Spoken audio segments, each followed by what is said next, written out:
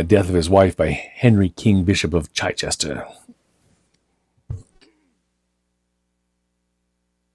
Ill-fated and mysterious man, bewildered in the brilliancy of thine own imagination and fallen in the flames of thy own youth. Again in fancy I behold thee. Once more thy form hath risen before me, not as thou art in the cold valley and shadow, but as thou shouldest be, squandering away a life of magnificent meditation in that dim city of visions, thine own Venice, which is the star-loved Elysium of the sea, and the wide windows of whose Palladian palaces look down with a deep and bitter meaning upon the secrets of her silent waters. As I repeated, as thou shouldest be. There are surely other worlds than this, other thoughts than the thoughts of the multitude, other speculations than the speculations of the sophist. Who then shall call thy conduct into question? Who blame thee for thy visionary hours, or denounce those occupations as a wasting away of life, which were but the overflowings of thine everlasting energies? And Rukvik just mentioned again, it is thick language, it's older language, and again you can grab it there to read along if you want to. It was at Venice, beneath the covered archway there called the Ponte dei Sospiri, that I met for the third or fourth time the person of whom I speak. It is with a confused recollection that I bring to mind the circumstances of that meeting. Yet I remember, how should I forget it? I remember the deep midnight, the bridge of sighs, the beauty of woman, the genius of romance that stalked up and down that narrow canal. It was a night of unusual gloom. The great clock of Piazza had sounded the 5th hour of the Italian evening. It was a Friday on the 22nd of January. The square of the Campanile lay silent and deserted, and the lights in the old ducal palace were dying fast away. I was returning home from the Piazzetta by way of the Grand Canal, but as my gondola arrived opposite the mouth of the canal, San Marco, a female voice from its recesses broke suddenly upon the night, and in one wild, hysterical, and long-continued shriek.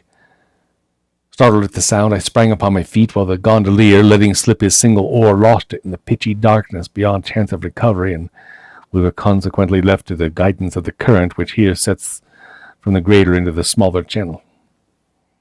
And like some huge and sable-feathered condor, we were slowly drifting down towards the Bridge of Sighs, when 1,000 flambeaux flashing from the windows and down the staircases of the ducal palace turned all at once that deep gloom into a livid and preternatural day. And then a child, slipping from the arms of its own mother, had fallen from an upper window of the lofty structure into the deep and dim canal. The quiet waters had closed placidly over their victim, and although my gondola was the only one in sight, many a stout swimmer already in the stream was seeking in vain upon the surface the treasure which was to be found, alas, only within the abyss. Upon the broad black marble flagstones at the entrance of the palace, and a few steps above the water, stood a figure which none who then saw can ever since forgotten.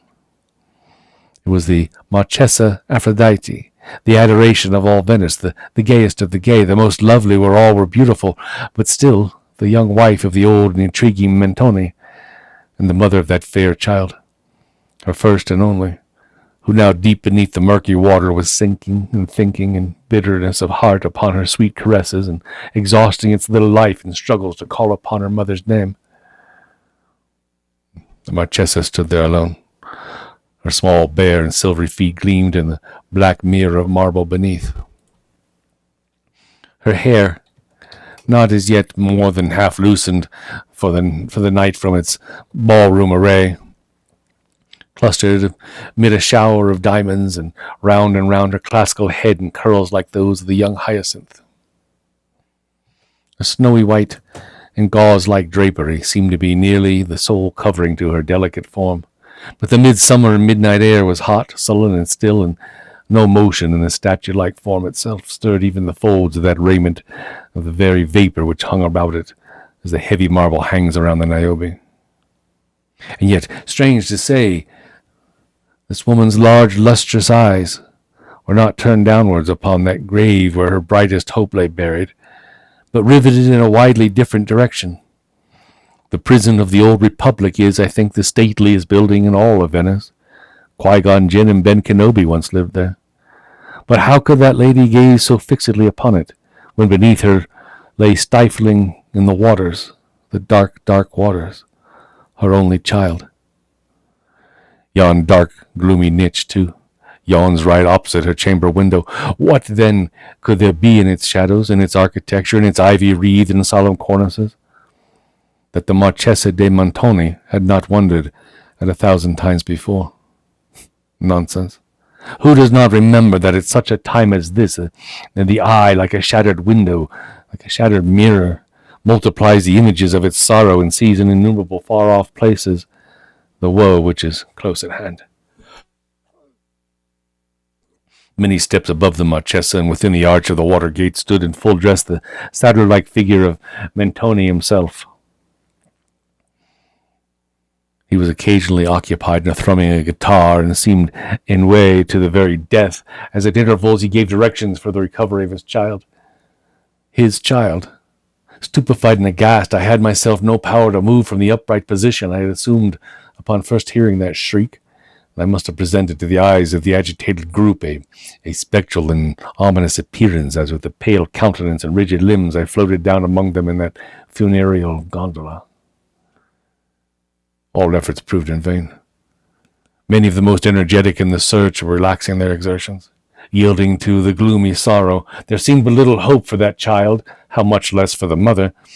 But now, from the interior of that dark niche, which has been already mentioned as forming part of the old Republican prison, built in the years before the great galactic war with the Sith Empire, and as fronting the lattice of the Marchesa, a figure muffled in a cloak stepped out within the reach of the light, and pausing a moment upon the verge of the giddy descent, plunged headlong into the canal. As in an instant afterwards, he stood with the still living and breathing child within his grasp upon the marble flagstones by the side of the Marchesa. His cloak, heavy with the drenching water, became unfastened, and falling in folds about his feet, discovered to the wonder-stricken spectators the graceful person of a very young man, with the sound of whose name the greater part of Europe was then ringing. No words spoke the deliverer, but the Marchesa. She will now receive her child. She will press it to her heart. She will cling to its little form and smother it with her caresses. Alas, another's arms have taken it from the stranger. Another's arms have taken her baby away, and the born are far off, unnoticed, into the palace. And the Marchesa, her beautiful lip trembles. Her tears are gathering in her eyes. Those eyes which, like Pliny's Ancanthus, are soft and almost liquid. Yes, as tears are gathering in those beautiful eyes, and see, the entire woman thrills throughout her soul, and the statue is startled into life. The pallor of the marble countenance, the swelling of the marble bosom, the very purity of the marble feet, we behold suddenly flushed over with a tide of ungovernable crimson, and a slight shudder quivers about her delicate frame, as a gentle air at Napoli about the rich silver lilies in the grass. But why? Why should that lady blush? To this demand there is no answer, except that, having left in eager haste and terror of a mother's heart the privacy of her own boudoir, she has neglected to enthrall her tiny feet in their slippers, and utterly forgotten to throw over her Venetian shoulders that drapery which is their due. What other possible reason could there have been for her so blushing? For the glance of those wild, appealing eyes, for the unusual tumult of the throbbing bosom, for the convulsive pressure of that trembling hand. That hand which fell as Mentoni turned into the palace, that hand fell accidentally upon the hand of the stranger that rescued the baby from the watery grave. Yes, their hands brushed. What reason could there have been for the singularly low tone of those unmeaning words which a lady uttered hurriedly in bidding him adieu?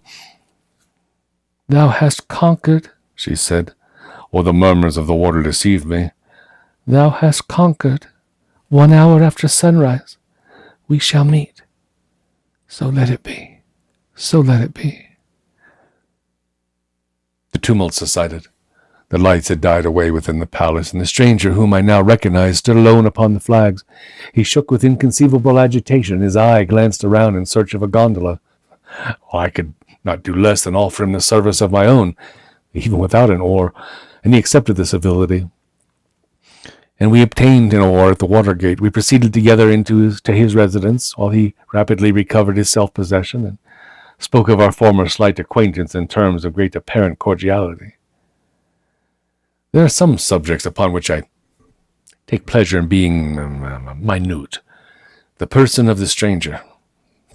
The stranger, let me call him by this title, who to all the world was still a stranger. The person of the stranger is one of these subjects. In height, he might have been below rather than above the medium size, although there were moments of intense passion when his frame actually expanded and belied the assertion. The light, almost slender symmetry of his figure promised more of that ready activity which he evinced at the Bridge of Sighs than that of the Herculean strength which he has been known to wield without an effort upon occasions of more dangerous emergency. With the mouth and chin of a deity, singular, wild, full, liquid eyes, whose shadows varied from pure hazel to intense and brilliant jet, and a profusion of curling black hair from which a forehead of unusual breadth gleamed forth at intervals all light and ivory.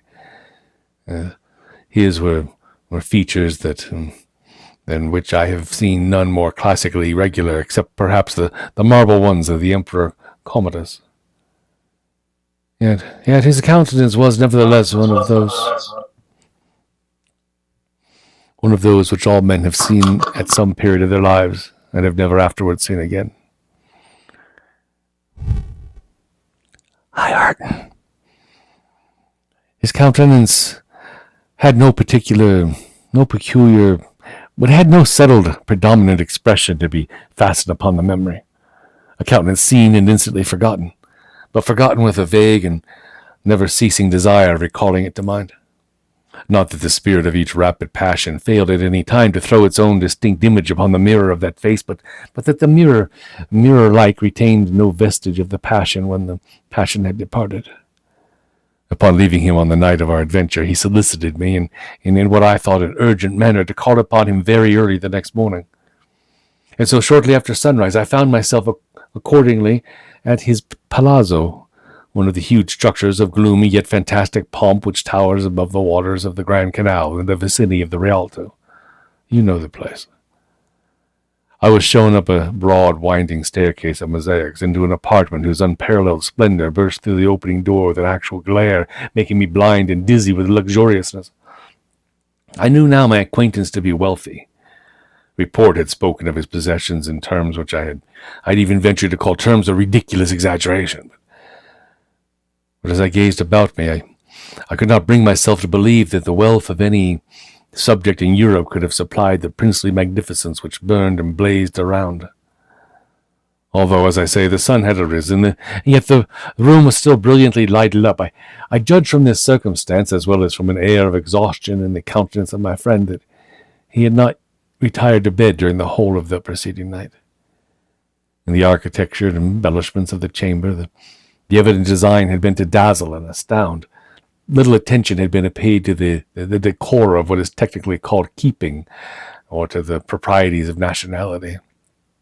The eye wandered from object to object and rested upon none, neither the grotesques of the Greek painters, nor the sculptures of the best Italian days, nor the huge carvings of untutored Egypt. Rich draperies in every part of the room trembled to the vibration of low, melancholy music, whose origin was not to be discovered. The senses were oppressed by mingled and conflicting perfumes, reeking up from some strange convolute censers, together with multitudinous flaring and flickering tongues of emerald and violet fire. The rays of the newly risen sun poured in upon the whole through windows formed each of a single pane of crimson-tinted glass. Glancing to and fro in 1,000 reflections from curtains which rolled from their cornices like cataracts of molten silver, the beams of natural glory mingled at length fitfully with the artificial light, and lay weltering in subdued masses upon a carpet of rich, liquid-looking cloth of Chilean gold.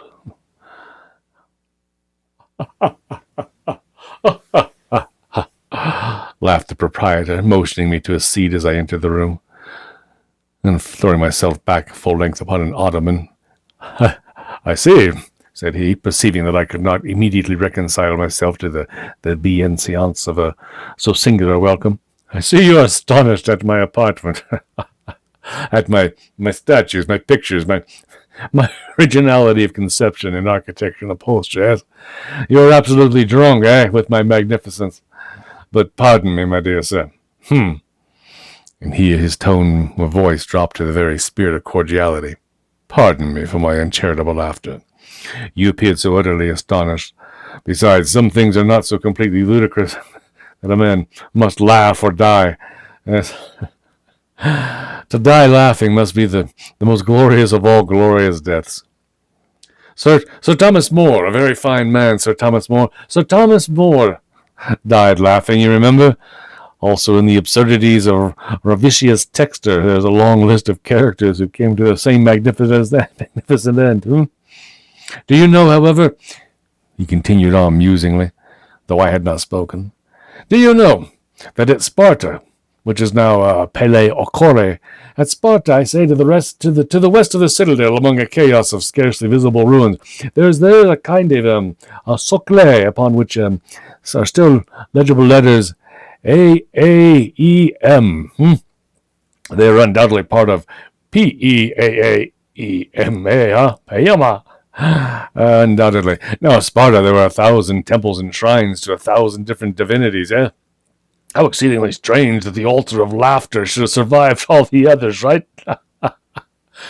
But in the present instance, he resumed with a singular alteration of voice and manner, I have no right to be merry at your expense, sir.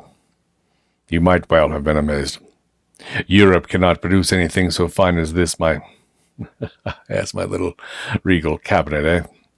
My other apartments are by no means of the same order, mere ultras of fashionable insipidity. This is better than fashion, is it not? Yet, this has but may be seen to become the rage, that is, with those who could afford it at the cost of their entire patrimony, right? I have guarded, however, against such profanation, with one exception. You, sir. You are the only human being besides myself and my valet who has been admitted within the mysteries of these imperial precincts, since they have been bedizened, as you say. I bowed in acknowledgment for the overpowering sense of splendor and perfume, the music, and together with the unexpected eccentricity of his address and manner, prevented me from expressing in words my appreciation of what I might have construed into a compliment. And here, sir, he resumed, arising, leaning on my arm as he sauntered around the apartment, here are paintings from the Greeks to the Cimabue, from the Cimabue to the present hour. Many are chosen, as you see, with little deference to the opinions of virtue. They are all, however, fitting tapestries for a chamber such as this. Here, too, are some of the chefs d'oeuvre of the unknown great, and here, unfinished designs by men celebrated in their day, whose very names the perspicacity of the academies has left to silence and to me. What think you? Said he, turning abruptly as he spoke. What think you of this Madonna della Pieta? Why, it's Guido's own, I said with all the enthusiasm of my nature, for I had been poring intently over its surpassing loveliness. It's Guido's own. How could you obtain an original Guido? How did you obtain it? She is undoubtedly in painting what the Venus is in sculpture. He said thoughtfully. The Venus. Yes, the beautiful Venus. The Venus of Medici. She of the diminutive head and the gilded hair, part of the left arm. Here his voice dropped so as to be heard with difficulty. And all the right restorations. And in the coquetry of the right arm lies, I think, the quintessence of all affectation. Yes. Give me the Canova, the Apollo, too, as a copy. There can be no doubt of it, blind fool that I am, who cannot behold the boasted inspiration of the Apollo. I cannot help, pity me, sir, I cannot help preferring the Antinias, Was it not Socrates who said that the statuary found his statue in the block of marble? Then Michelangelo was by no means original in his couplet, Non ha latamo artista alcun concetto, che un marmo solo insonoso construive. It has been, or it should be remarked, that in the manner of the true gentleman we are always aware of a difference from the bearing of the vulgar without being at once precisely able to determine what such difference consists in. Allowing the remark to have applied its full force to the outward demeanor of my acquaintance, I felt it on that eventful morning still more applicable to his moral temperament and character. Nor can I better define that peculiarity of spirit which seemed to place him so essentially apart from all other human beings than by calling it a habit of intense and continual thought, pervading even his most trivial actions, intruding upon his moments of dalliance, and interweaving itself with his very flashes of merriment, like adders, adders which writhe from out the eyes of the grinning mask in the cornices around the temples of Persepolis. I could not help, however, repeatedly observing through the mingled tone of levity and solemnity with which he rapidly descanted upon matters of little importance, a certain air of trepidation, a degree of nervous unction in action and speech, an unquiet excitability of manner which appeared to me at all times unaccountable, and upon some occasions even filled me with alarm, frequently, too, pausing in the middle of a sentence whose commencement he had apparently forgotten. He seemed to be listening in the deepest attention, as if either in the momentary expectation of a visitor, or to sounds which must have had existence in his imagination alone. And I was reminded of my friend's sister Madeline, but that's a different story. This was during one of those reveries or pauses of apparent abstraction that, in turning over a page of the poet and scholar Politian's beautiful tragedy, the Orfeo, the first native Italian tragedy, which lay near me upon an ottoman, I discovered a passage underlined in pencil. It was a passage towards the end of the third act, a passage of the most heart-stirring excitement, a passage which, although tainted with impurity, no man shall read without a thrill of a novel emotion, no woman without a sigh. The whole page was blotted with fresh tears, and upon the opposite interleaf were the following English lines, written in a hand so very different from the peculiar characters of my acquaintance that I had some difficulty in recognizing it as his own. Thou wast all to me, love, for which my soul did pine, a green isle in the sea, love, a fountain and a shrine, all wreathed with fairy fruits and flowers, and all the flowers were mine. Ah, dream too bright to last, ah, starry hope, thou didst arise, but to be overcast. A voice from out the future cries, onward, but o'er the past dim gulf my spirit hovering lies, mute, motionless, aghast.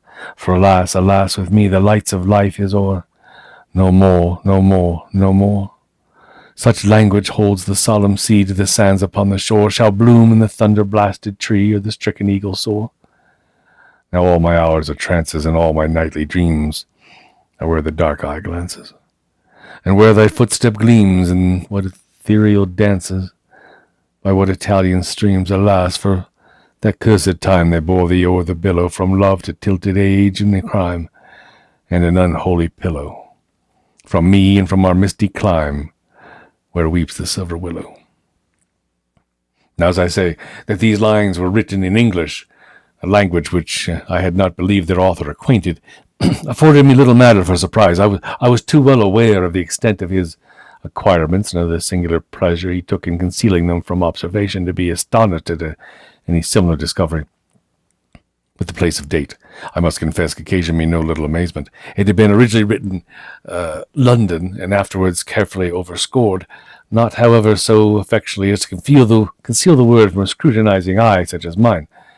I say this occasioned me no little amazement, for I well remember that in a former conversation with a friend I particularly inquired if he had at any time met in London the Marchesa de Montoni, who for some years previous to her marriage had resided in that city, when his answer, if I mistake not, gave me to understand he had never visited the metropolis of Great Britain.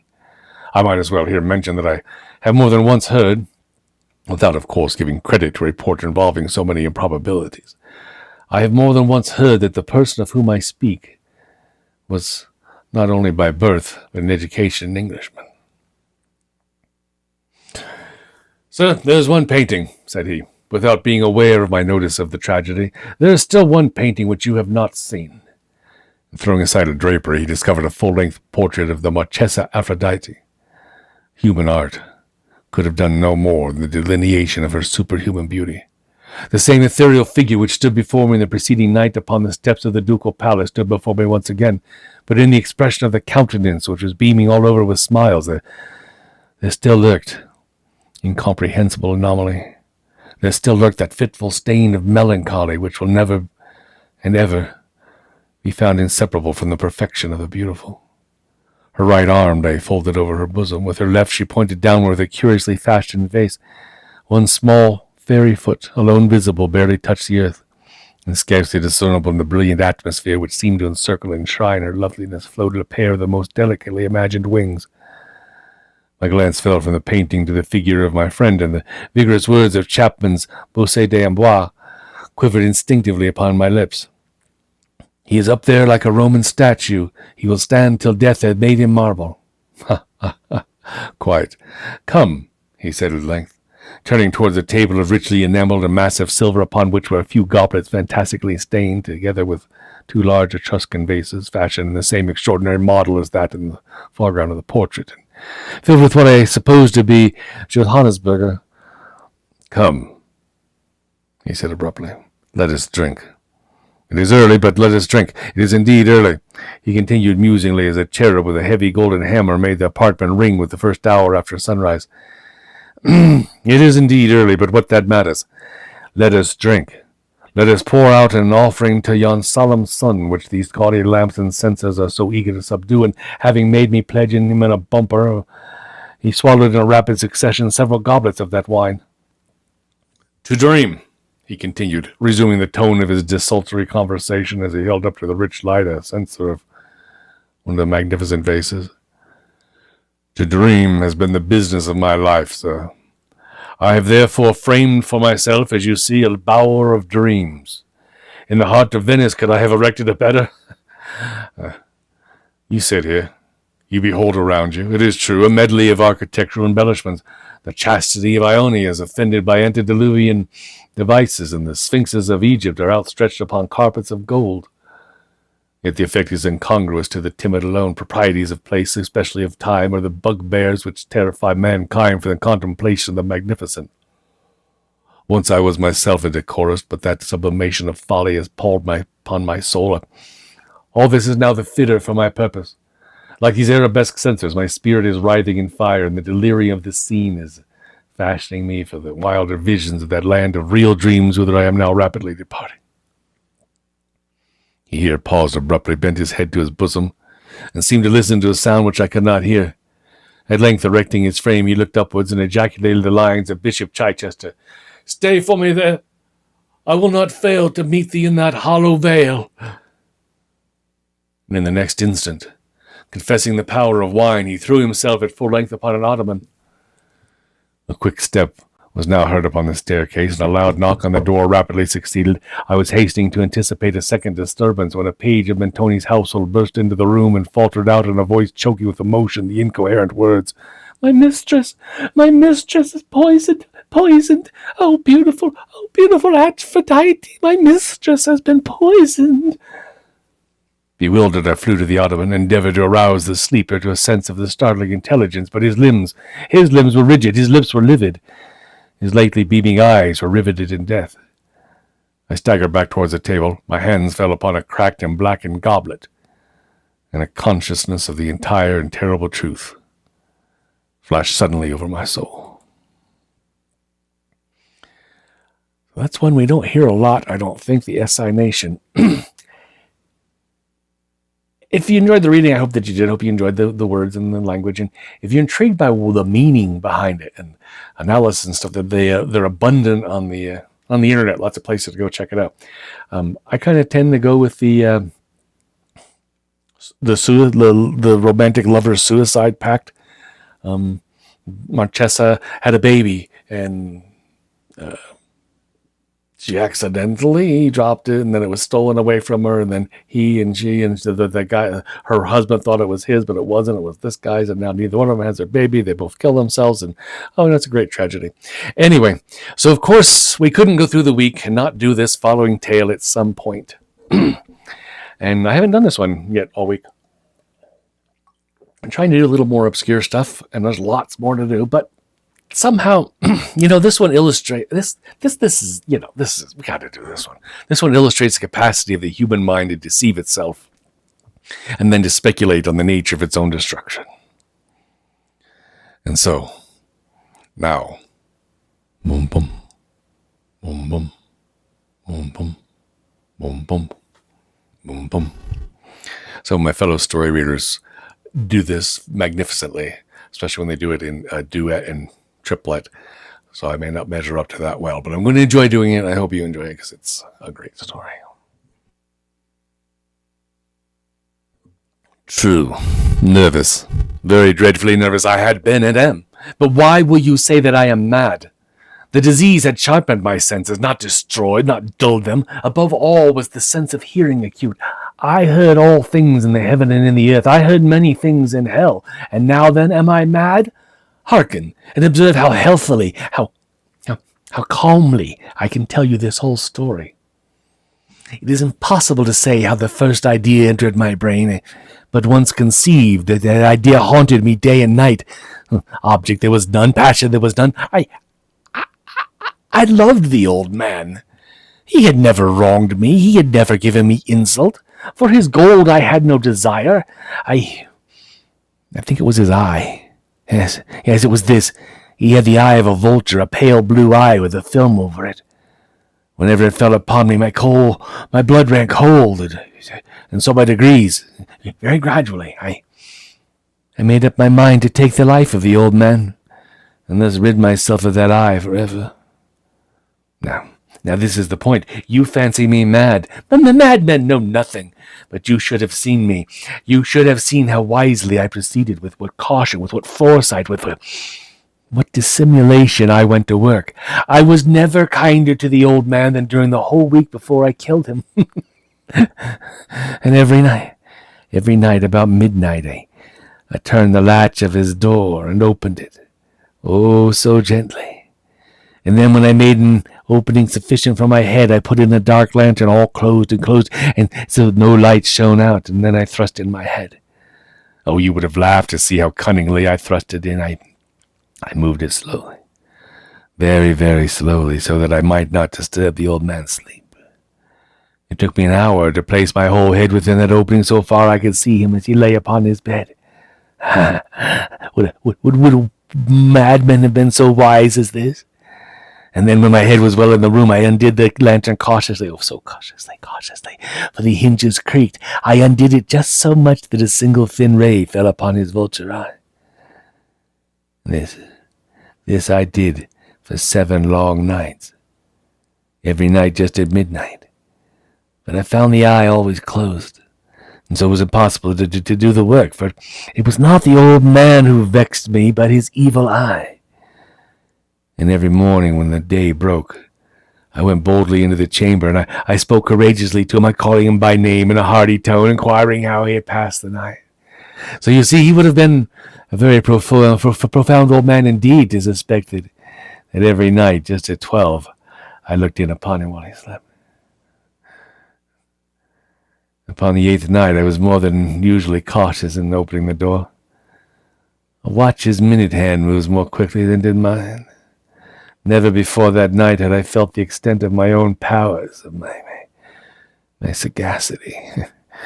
I could scarcely contain my feelings of triumph to think that there I was, opening the door little by little, and he not even to dream of my secret deeds or thoughts.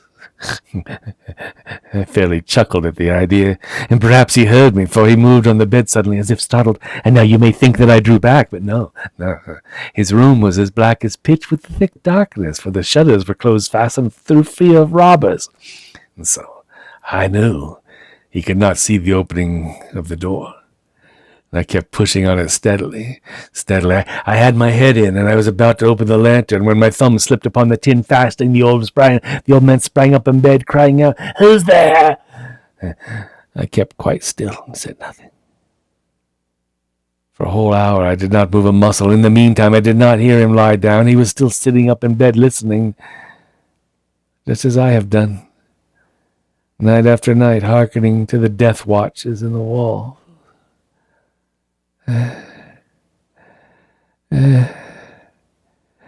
Presently I heard a slight groan. I knew it was the groan of mortal terror. It was not the groan of pain or grief, oh no. It was the low stifled sound that arises from the bottom of the soul when overcharged with awe.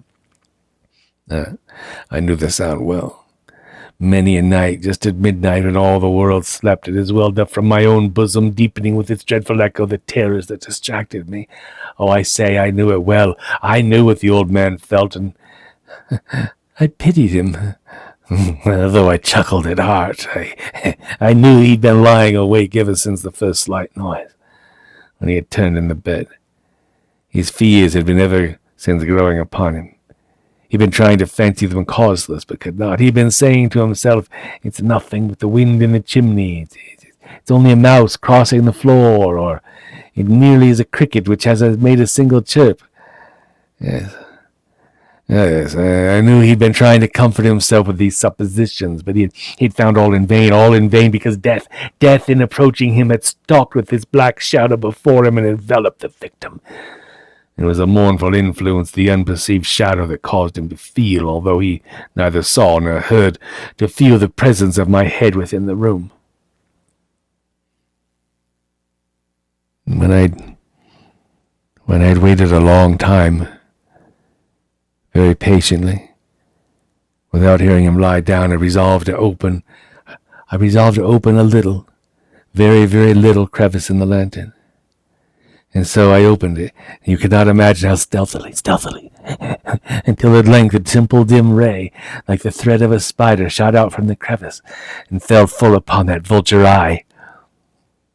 It was open, wide open, and I grew furious as I gazed upon it. I saw it with perfect distinctness, all a dull blue, with a hideous veil over it that chilled the very marrow in my bones. But I could see nothing else of the old man's face or person, for I had directed the rays as if instinct precisely upon the damned spot. Have I not told you that what you mistake for madness is but over-acuteness of the sense? Now, I say, there came to my ears a dull roar, quick sound such as a watch makes when enveloped in cotton. I knew that sound well, too. It was the beating of the old man's heart. It increased my fury as the beating of a drum stimulates a soldier into courage. But even yet I refrained and kept still. I scarcely breathed. I held the lantern motionless. I tried how steadily I could maintain the ray upon the eye. Meantime, the hellish tattoo of the heart increased. It grew quicker and louder every instant. The old man's terror must have been extreme. It grew louder, I say, louder every moment. Do you mark me well? I have told you that I am nervous, and so I am. And now at the dead hour of night, amid the dreadful silence of that old house, so strange a noise as this excited me to uncontrollable terror. And yet, for some minutes longer I refrained, and I stood still, but the beating grew louder. I thought the heart must burst, and now a new anxiety seized me. The sound would be heard by the neighborhood. The old man's hour had come. With a loud yell, I threw open the lantern. I leaped into the room. He shrieked once only, and in an instant I dragged him to the floor. I pulled the heavy bed down over him, and then I smiled gaily to find the deed so far done. But for many minutes that heart beat on with a muffled sound. This, however, did not vex me. It would not be heard through the wall. At length it ceased. The old man was dead. I removed the bed and I examined the corpse. Yes, he was stone dead, deader than a doornail. I placed my hand upon the heart and held it there many minutes. There was no pulsation. He was stone dead. His eye would trouble me no more. And now, if you still think me mad, you'll think so no longer when I describe the wise precautions I took for the concealment of the body. The night waned. I worked hastily, but in silence. First of all, I dismembered the corpse. I cut off the head and the arms and the legs. I then took up 3 planks from the flooring of the chamber, and I deposited all between the scantlings. I then replaced the boards so cleverly, so cunningly, that no human eye, not even his, could have detected anything wrong. There was nothing to wash out, no stain of any kind, no blood spot whatever. I had been too wary for that. A tub had caught all. And when I made an end of this labors, it was 4 o'clock, still dark as midnight. As the bell sounded the hour, there came a knocking at the street door. I went down to open it with a light heart, for what had I now to fear? And there entered 3 men who introduced themselves with perfect suavity as officers of the police. A shriek had been heard by a neighbor during the night. A suspicion of foul play had been aroused. Information had been lodged at the police office, and they, the officers, had been deputed to search the premises. I smiled. Oh, I smiled, for what had I to fear? I bade the gentleman welcome. The shriek, I said, was my own in a dream. The old man I mentioned was absent in the country. I took my visitors all over the house. I bade them search well. I led them at length to his chamber. I showed them his treasures, secure, undisturbed. In the enthusiasm of my confidence, I brought chairs into the room and desired them here to rest from their fatigues, while I myself, in the wild audacity of my perfect triumph, I placed my own seat upon the very spot beneath which reposed the corpse of the victim. The officers were satisfied. My manner had convinced them I was singularly at ease. They sat, and while I answered cheerily, they chatted of familiar things. But ere long, I felt myself getting pale and wished them gone. My head ached, and I fancied a ringing in my ears, but they still sat. And still they sat, and still they chatted. The ringing became more distant. It continued and became more distinct. I talked more freely to get rid of the feeling, but it continued and gained definiteness until at length I found that the noise was not within my ears. No doubt I now grew very pale, but I talked more fluently and with a heightened voice, and yet the sound increased. What could I do? It was a low, dull, quick sound, much such a sound as a watch makes when enveloped in cotton. I gasped for breath, yet the officers heard it not. I talked more quickly, more vehemently, but the noise steadily increased. I rose and argued about trifles in a high key with violent gesticulations, but the noise steadily increased. Why would they not be gone? I paced the floor to and fro with heavy strides, as if excited to fury by the observations of the men, but the noise steadily increased. Oh, God, what could I do? I foamed, I raved, I swore. I swung the chair upon which I had been sitting, grated it upon the floors of the boards, but the noise arose over all and continually increased. It grew louder, and still the men chatted pleasantly and smiled. Was it possible they heard it? Not, Almighty God, no. They heard, they suspected, they knew. They were making a mockery of my horror. This I thought, and this I think. But anything was better than this agony. Anything was more tolerable than this derision. I could bear these hypocritical smiles no longer. I felt that I must scream or die, and now again, hark! Louder! Villains! I shrieked. Dissemble me no more! I admit the deed! Tear up the planks! Here! It's the beating of his hideous heart! I love those sweet little romantic poems, don't you? Dum-dum. Okay, we got 2 minutes, and we have a 2-minute long poem. Wow, bonus. So, one final poem, and maybe you like The Mask of the Red Death. Perhaps this one is a bit too timely.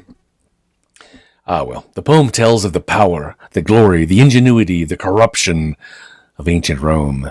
The ivy-covered arcades and decaying columns, the friezes and cornices are all that's left of the Coliseum now. Echoes of the past, saying that the stone ruins utter prophecies to the wise. These prophecies are the lessons that history teaches about how Rome became great, how it fell to ruin, like the Coliseum itself. The wise and mighty learn from these lessons to avoid ruination for everyone under their influence. And so this is the Coliseum by... Edgar Allan Poe. Type of the antique Rome, rich reliquary, of lofty contemplation left to time, by buried centuries of pomp and power, at length, after so many days of weary pilgrimage and burning thirst for the springs of lore that in thee lie, I kneel, an altered and an humble man, amid thy shadows, and so drink within my very soul the grandeur, gloom, and glory, vastness, and age, and memories of eld, silence and desolation and dim night. I feel ye now, I feel ye in your strength, O spells more sure than e'er a Judean king taught in the gardens of Gethsemane, O charms more potent than the rapt Chaldee ever drew down from the quiet stars. Here Here where a hero fell, a column falls. Here where the mimic eagle glared in gold, a midnight vigil holds the swarthy bat. Here where the dames of Rome, gilded hair, wave to the wind, now wave the reed and thistle. And here where on golden throne the monarch lolled, glides spectre-like into his marble home, lit by the wan light of the horned moon, the swift and silent lizard of the stones. But stay, these walls, these ivy-clad arcades, these mouldering plinths, these sad and blackened shafts, these vague entablatures, this crumbling frieze, these shattered cornices, this wreck, this ruin, these stones, alas, these grey stones, are they all of the famed and colossal left by the corrosive hours to fate and me? Not all, the echoes answer me, not all. Prophetic sounds and loud arise forever, from us and from all ruin unto the wise, as melodies from Memnon to the sun. We rule the hearts of the mightiest men. We rule with a despotic sway all giant minds.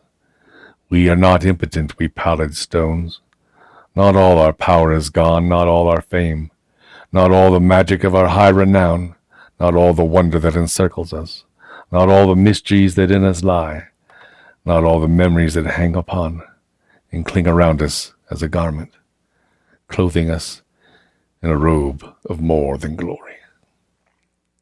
The Coliseum.